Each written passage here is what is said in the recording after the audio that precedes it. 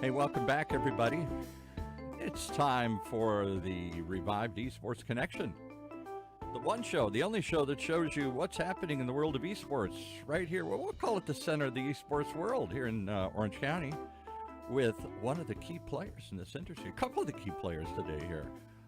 Let's start with our host, Vincent Yard from Valhalla Esports Lake Forest. Welcome, Vincent. Thank you, Paul. How you doing? You've got another big player here, so another big. I'm learning like all the old grandpas and dads here about this whole esports industry. But you've got somebody from Irvine Valley College, which is one of the bigger esports programs around, right? Yep, this is her. This is Jax Hauergia over at IVC. Yeah, hey everybody, nice to meet you. And she said to refer to her as Her Highness, so she must be pretty big over there. I don't know. All right.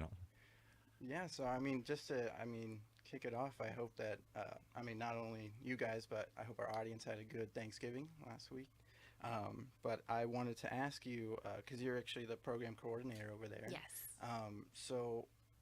Can I interrupt for 1 second? Oh, she not only is a program coordinator, she teaches. She's a professor Yes. that teaches esports.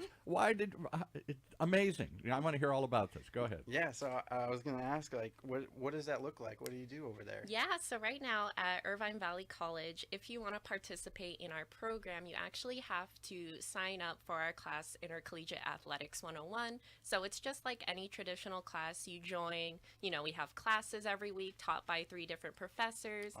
They have to do homework, which is surprising. And it's not just, sitting on their game and doing different things. We like to focus on the industry and how we can prepare them for jobs. So we will focus on things like, how do you moderate your own Twitch channel, your Instagram? Because, of course, they're going to have their own handle. They have their own brand identity. We want them to understand, like, in the real world, how do you handle that appropriately? Because that is very important as you get into the professional scene and everything. But we also do things like resume building, of course, just all the important business foundations, because at the end of the day, esports is another sect of business. So we do a lot of that. But of course, we have our teams as well. We support 5 teams every semester, or I should say titles, and they are voted for by the students. So popular one has always been League, Overwatch, Valorant, things like that.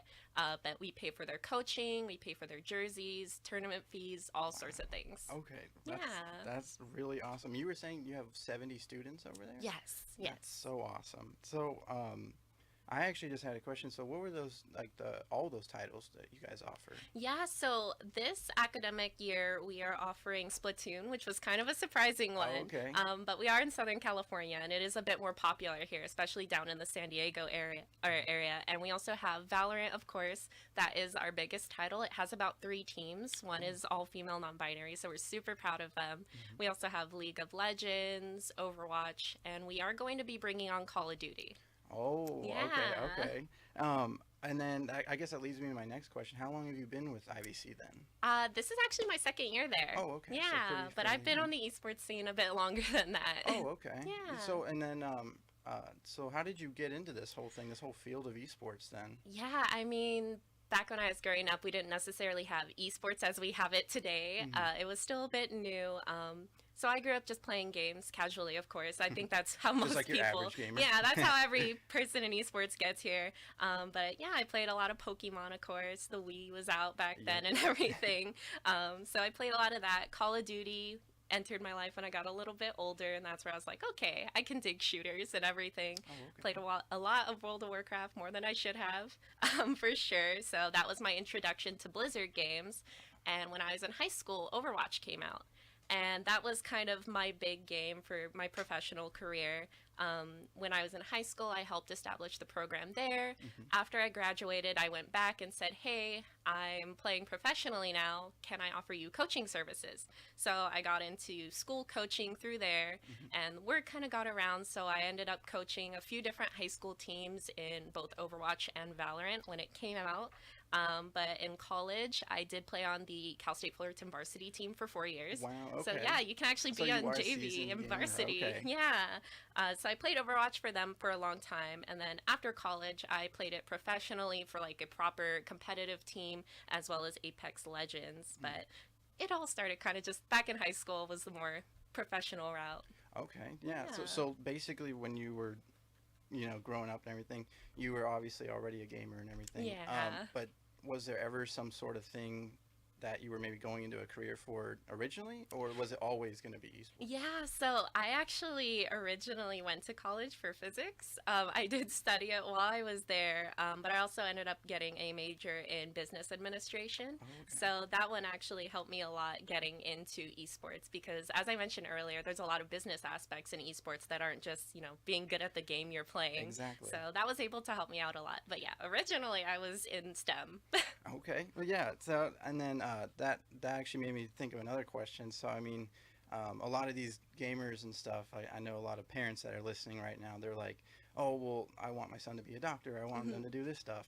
But a lot of them just love those video games. So, when they come to, Irvine Valley College or UCI and stuff like that, is there like a requirement sort of thing for them at least? Yeah, Or- so that's a question I get a lot in my school inbox is saying, like, hey, I'm pre law, I'm pre med. It's not really related to gaming. A lot of students will think like computer science is what gets you into esports and everything. Mhm. But I tell them, like, no, if you're studying something completely different, there is still a spot for you in esports because we absolutely need it. Esports isn't just, the people on the stage playing the game. Yeah. Somebody has to set up that stage. There has to be an event planner involved. These teams will have medical personnel on file because the players will have health issues or things like that that need to be addressed, especially when you're dealing with things like carpal tunnel, which are, our football equivalent concussion for esports players. Yes. That's our big one. So we do have to have people of different disciplines and areas of study who still come and are involved in esports, but they're not necessarily the players themselves. Mhm. Yeah. Okay. Yeah, actually, I wanted to bring this up for the listeners too. If you guys didn't know, Jax was actually at our open house over in Lake Forest not too long ago. And I think I remember you saying, esports is just a big stage, Yes. basically. Of course, there's the players, everybody wants to come watch them, but it's a big show also. You got to Yes. have someone to turn on the lights, you got to have someone who plans the events for them and Yes. everything. So, like, when you start getting into school like that, and, maybe you're a gamer and everything like that, but there's so many different career paths, like, than Yes. just being a esports pro. Yeah, absolutely. And I mean, esports has become such a big production. Like, way back in the day, of course, it was just friends being like, hey, I bet you I can beat this. We'll just bet like $10 or something. But now, I mean, we have millions in prize pools. Somebody's got to deal with that money. I mean, if we don't have accountants dealing with that, that's going to go pretty haywire super fast. So there are all sorts of disciplines needed to make esports work. And I think that's a big misconception in the industry where these people are just like, you have to be a player if you want to be Yeah. a part of the industry, and that's not really true. Hmm. Yeah. No, and I mean, in my personal experience, just coaching over there at Fallen Lake Forest, it's a lot of the players themselves, because they're obviously much younger. Yeah. They want to be that esports pro that they Yes. see online and stuff like that all the time. And then, but that's why we're there, 'cause- Absolutely. and that leads me to my next question for you is that, have you ever, like, what do you think the steps is to, maybe you're 15, 14 and you're going into high school and then you're thinking about college now.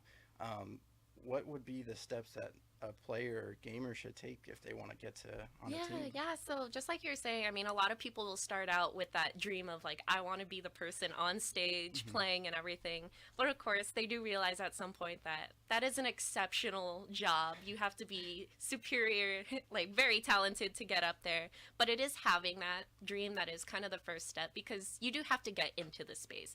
Esports is not a job or industry you will like if you are not involved or you're not interested in gaming at all. So you do have to have a passion for the game just to begin with. But after that, we are seeing that esports is kind of taking root in a lot of early education. I actually taught through K through 12. And the earliest grade I taught Valorant was fourth grade. Wow. Yeah, so it's getting really in there. But almost every high school you go to now will have some kind of esports program, whether it is an official program or a club. They'll have something along those lines. So that's definitely something you want to join, just to get experience of being on the team. And I will compare this a lot to traditional sports. I mean, if you want to play for, let's just say football, right? Yeah. You do generally start in high school, maybe a little bit earlier if your middle school offers those teams, but you do start in high school, and then from there you kind of scout colleges. Esports does something similar, and we are super lucky to be here with UCI, who is the equivalent of like Ohio State for football, right? So they're kind of the big esports school here. But yeah, it's the same steps with traditional sports that you would take. You start from high school, you work your way up through there, you look through colleges, and you can get scholarships for esports just like any other sport. So if you're good enough, they will ask for you. Yeah, no, that's awesome, really. Like, it's just a crazy thing how, esports, I mean, because when I was growing up, I was just playing games and stuff like Yeah. that, but then all of a sudden I start seeing it everywhere on Twitch, YouTube, all that stuff. Yeah. And then that's when, like, around 2020, obviously COVID happened. Right. And then I started to see it go away a little bit. And then all of a sudden I heard about this cool thing called Bahallen. And then that's when me and my dad decided to open up. And then Yeah. I just think the idea of, a little league for esports is kind of a good thing for these kids. I mean, what do you think? Oh no, I completely agree, because I mean, I did coach for those little leagues. My high school students actually participated in the Valhallen League, so I'm Okay, I very remember you saying familiar. that, Yeah, very familiar with that. But it's definitely, especially if their school doesn't have a program, that's their way. That's their ticket into esports. And even then, it's just good for students to be involved in some kind of activity along these lines. I know a lot of people are like, oh, they're just playing games and everything, but that's where we kind of make the distinction between esports and gaming. Yeah. Gaming is definitely its casual sister, Yeah. but esports is the proper competitive scene. Mhm. A lot of ways that I kind of describe it is, gaming is just you talking to your friends saying, hey, you want to go shoot some hoops this Saturday, versus I'm joining my team at school.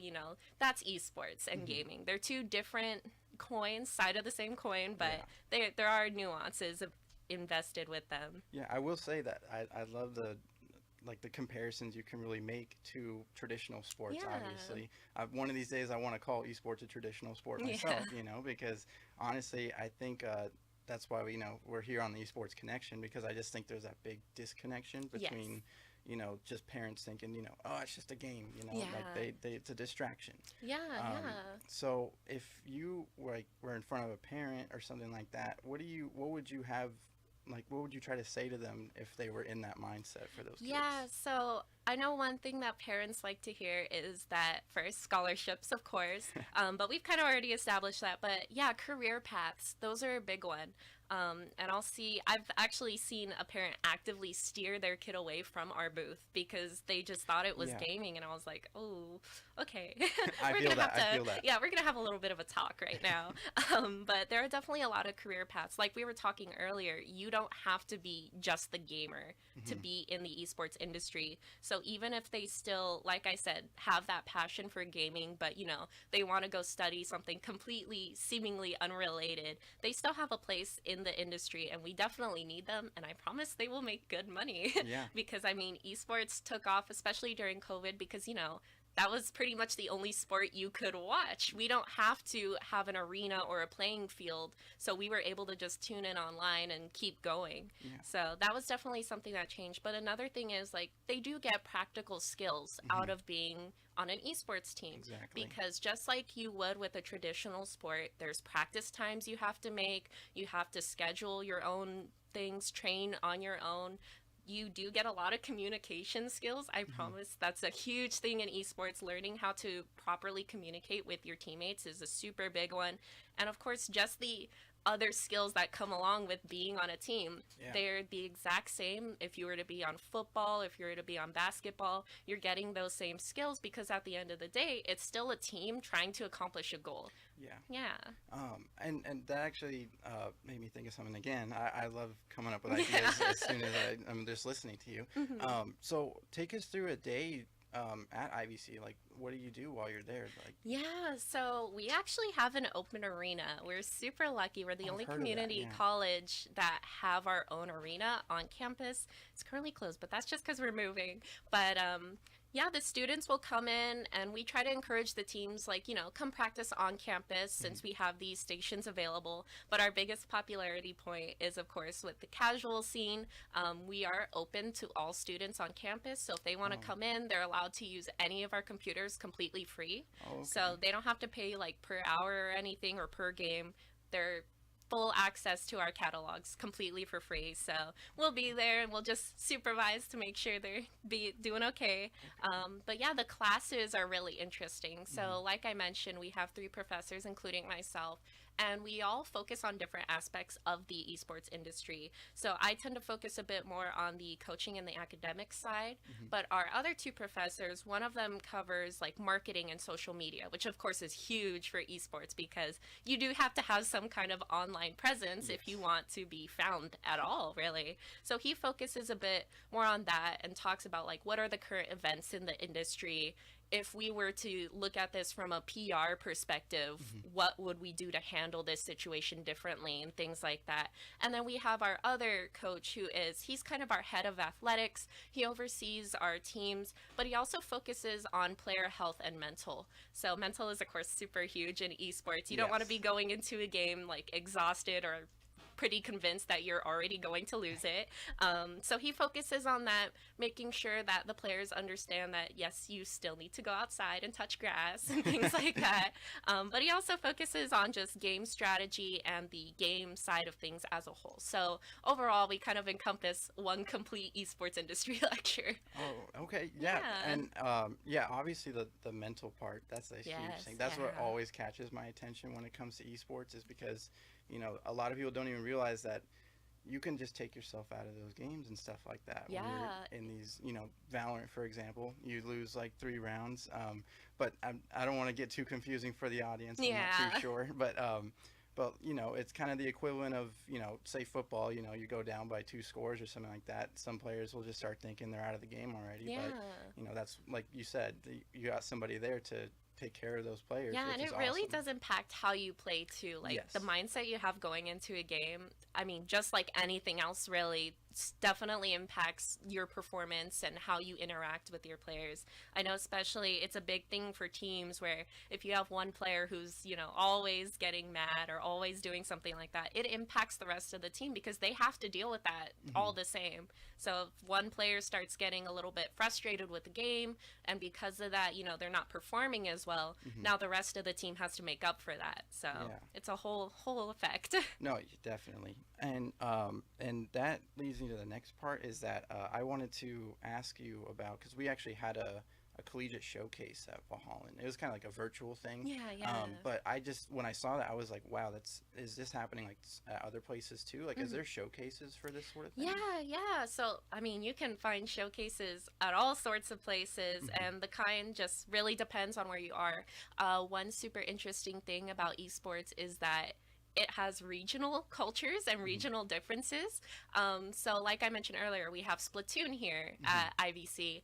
I guarantee you, if we were on the East Coast, we probably would not have it. It's just because of where we are regionally. It's popular here. They play it a lot. If we were off in the East Coast, we would have a different game. They tend to like fighting games a lot more than we do. Hmm. And that's just another super interesting aspect of esports is those little cultural differences. Yeah. But yeah, you can definitely find show matches all over the place. I mean, Okay. like we discussed earlier, colleges will give scholarships Yeah. and they want students to know, like, hey, we have a good esports team, and that's how they show it off. Hmm. They'll play against other schools, and students will come and see that and be like, you know what? They did do really well. Maybe I'll apply there. So Yeah.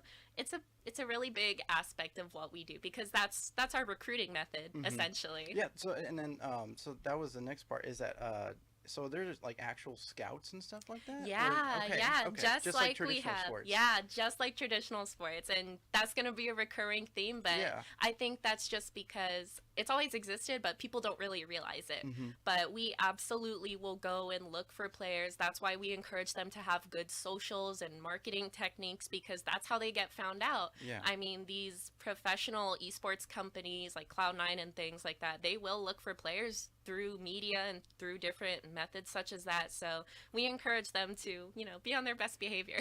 No, yeah, definitely. Of Yeah. course. If you're trying to get into college, get that career, you got to have that good, resume. Yeah, Basically. absolutely. So, and then because Valhalla actually partners with Stay Plugged In. I'm sure you're familiar with that, obviously. But that one, like once they become of age and they want to go down this path for this stuff, we actually upload their resume and stuff like that. It sounds like a crazy thing, Yeah.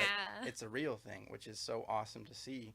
And just the world of esports in general is like, it just keeps growing and growing. Absolutely. And I just think that I'm so glad that you were able to come on here today and kind of so much. show a lot of light on that. And but I'm a little bit, I get a little bit confused actually, because me as a coach every week, I have to see how these kids are doing, how they're doing in school and stuff like that. And it's such a cool thing to still realize that that's at the college level as well. Yeah.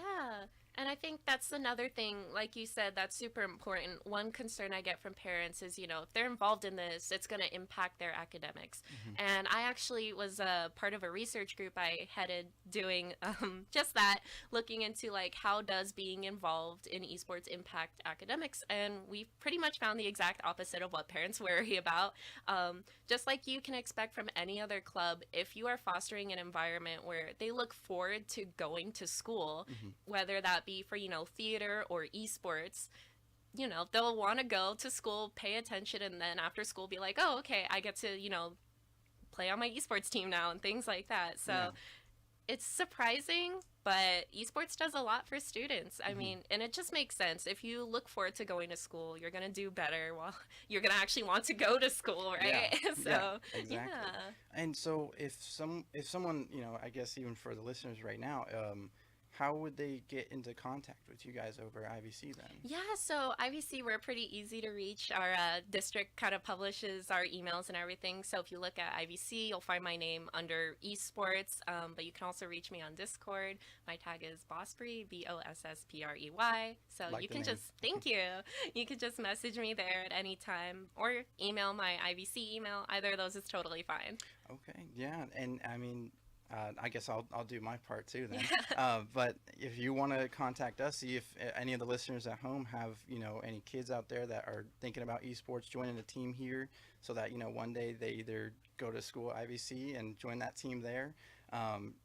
You can see us online at valhallan.com, spelled VALHALLAN.com. Sorry, got a little stutter there. And then I also have a Discord. It's just VIN07, VIN07. So yeah, but thank you so much again for coming on the show, thank you Jax. so much for having me on here. Always happy to talk about esports. I have a question. I just got to say, I am so impressed with you guys and this whole world. I want to thank you for coming back as we restart the Esports Connection. And I'd love to hear more about all those aspects. Tell me just 2 minutes being a pro. This is what every kid dreams of. You said you very casually, I played professionally. What was that like? Oh, it's a lot of work. I will say it is a lot more work than people anticipate. I mean, even though, practices, you'll sit there, you'll be at home on your computer, or you're at an arena they might own. You're there for a long time, and eventually that does get a little bit tiring, especially, because you have to talk to people, and that's a different environment than just playing for fun by yourself. Some days we would have scrim blocks, 2 scrim blocks, same day, each 4 hours. So that's 8 hours of me sitting there playing with my team, and if the first scrim does not go well, the whole day just does not go well. It is definitely a lot of hours. Did you get paid to do this? Yes. And so where did you do this? Did you do it virtually, or did you go to an arena? So a lot of that one was virtual, but we would compete like in person, and that just it depends on the tournament and who's hosting it.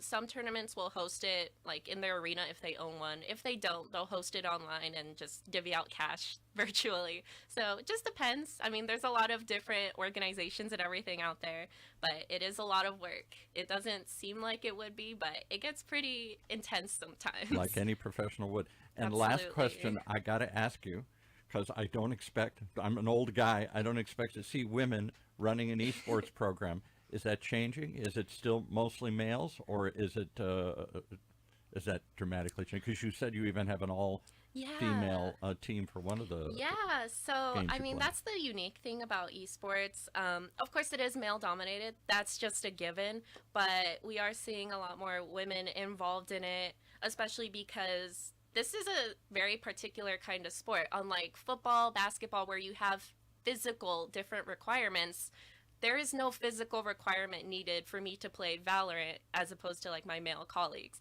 I was on the same playing field playing Overwatch with all of my other teammates. I mean, there was one other woman on my team with me. We were all on the same playing field because we had access to our computers, we had access to our peripherals and everything. There was no like, you have to be a bit taller to play this, or you have to be stronger to play this. And I think that's something very unique about esports. It is a much more inclusive environment inherently, so you will see a lot more women than you would in any other sport. Well, I hope to see more of all of that as we continue the Esports Connection here. Brought to you by Valhallen Esports, Lake Forest. Let's do a quick commercial. Where are you guys located at, Vincent? We're located off of Ridge Route in Muirlands. It's a 24331 Muirlands Boulevard, Suite D. And it's an actual arena, like? You guys play stations and all that stuff? Yeah, we got 25 stations in there, and they get filled up on a lot of days. We're still building our Overwatch and Valorant team, so any gamers out there want to join those teams. Join. And how many on a team, and how long does the season last? So right now we're in our season, and it actually consists about 7 weeks, and then we're going to have a shorter one next month. It's going to be 4 weeks, and we have it's a 5-man team or 5-woman team. Sorry, 5-person team. There Yes, you go. 5-person team. Yes. And in IVC, do you follow a similar calendar, or is it you make up your own? Ours is a little bit different, but most of them follow the same format, just like that, where you'll have about 7 weeks throughout the main semester, and then a 4-week summer or winter series. So a lot of them follow a similar format, but it also kind of just depends on the tournament and the game. Like I mentioned earlier, they all have different cultures. Okay, give us a website for IVC one more time here. How do they, something quick they can find you guys on? IVC.edu. Okay, there you go. Yeah. And Vince, your email Yeah, website? Website. I'll say it right this time. VALHALLAN.com, and you just type in Lake Forest on the little search bar, and then you'll see us right there. Part of the appeal of listening to a podcast is taking you into a world you've never seen before. This is clearly a world at my age, old grandpa, I know nothing about, but my grandkids are into it, my son-in-law's into it, and I can't believe how big this has become at the community level, community college level, the grassroots level, and you guys are a big part of it. So thanks for coming on. I hope to hear more. Thank you so much. And thank you again, Jax. Okay.